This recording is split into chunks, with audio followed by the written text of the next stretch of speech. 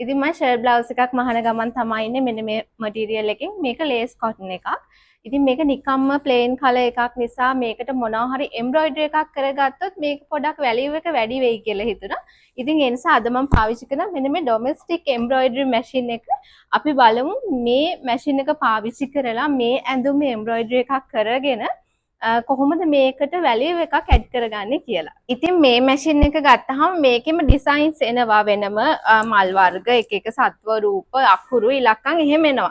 හැබැයි අපිට කස්ටමයිස් කරගන්න ඕනේ කියලා හිතනවා. දැන් ඔයාට හිතනවා මොකක් හරි පළතුරක් මේකට ගන්න ඕනේ. හැබැයි මේ මැෂින් එකටම ඒක එන්නේ නැහැ. ඒක වෙනම තමයි අපි දෙන්න ඕනේ මැෂින් එකට. එහෙනම් අපිට පුළුවන් මෙන්න මෙතන මේ විදිහට මේ තියෙන කොටසේ අපිට පෙන් ඩ්‍රයිව් එකක් පාවිච්චි කරලා අපේ ඩිසයින් එක මැෂින් එකට දීලා අපිට ඕන ඩිසයින් එක මහ ගන්න.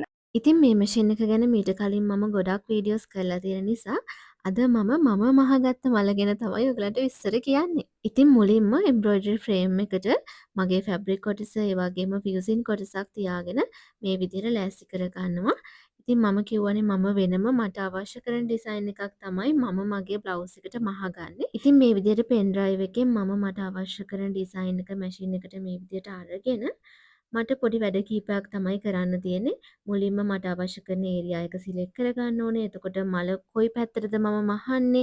ඒ දේවල් තමයි අපිට මේ මැෂින් එකෙන් හදාගන්න තියෙන්නේ. ඉතින් මේක අපි සාමාන්‍යයෙන් ෆෝන් එකක් පාවිච්චි කරනවා වගේ වැඩක්. ඉතින් මේ මැෂින් එක හරිම යූසර් ෆ්‍රෙන්ඩලි මැෂින් එකක්. ඔයගලන්ට පේන්නේ නැති. හරිම පහසුවෙන් අපිට අවශ්‍ය කරන ඩිසයින් එක මහගන්න පුළුවන්.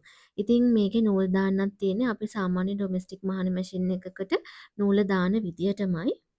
ඊට පස්සේ මෙන්න මේ ස්ටාර්ට් බටන් එක දුන්නට පස්සේ අපිට අවශ්‍ය කරන ඩිසයින් එක මැහෙනවා. දැන් අපි එක පාටක නූලක් තමයි දාගෙන තියෙන්නේ. දැන් හිතන්නකෝ අපි මලක් මහනවා.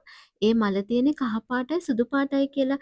එහෙනම් අපි කහ පාට නූල දීලා අපිට අවශ්‍ය කරන ඒරියා එක සිලෙක්ට් කරාට පස්සේ කහ පාටට අදාළ කොටස මැහිලා මැෂින් එක නතර වෙනවා. ඉතින් ඒකේ අනිත් පාට මහගන්න අපේ මැෂින් එකේ නූල වෙනස් කරගන්න ඕනේ අපිට අවශ්‍ය කරන පාට. ඉතින් අපි මහන ඩිසයින් එකේ කොයි ඒරියා එකද මේ වෙලාවට මැහෙන්නේ කියලා ඩිස්ප්ලේ එකේ වෙනම පෙන්නනවා.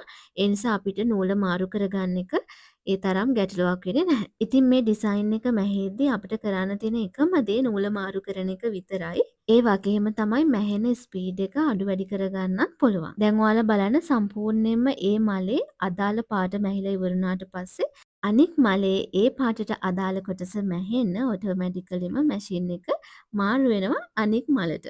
ඉතින් මම හරිම සරලව තමයි මේ මැෂින් එකේ ප්‍රොසෙස් එක ඔයගලන්ට මේ විස්තර කරන්නේ. ඉතින් ඔයා චූටි බබාලගේ ගවුම් මහන කෙනෙක් වෙන්න පුළුවන්. ඒ වගේම කොට්ට උර, බෙඩ් ෂීට්ස් ඒවා මහන කෙනෙක් වෙන්න පුළුවන්.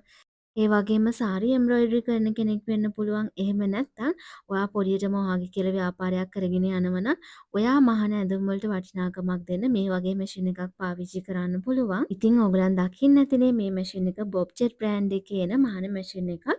ඉතින් වීඩියෝ එක අන්තිම වෙනකම් බලන්න මම ෆෝන් නම්බර්ස් දාලා තියෙනවා. ඒ නම්බර් එකකට කෝල් කරලා ඔයගලන්ට මේ මැෂින් එක ගැන සියලුම විස්තර දැනගන්න පුළුවන්.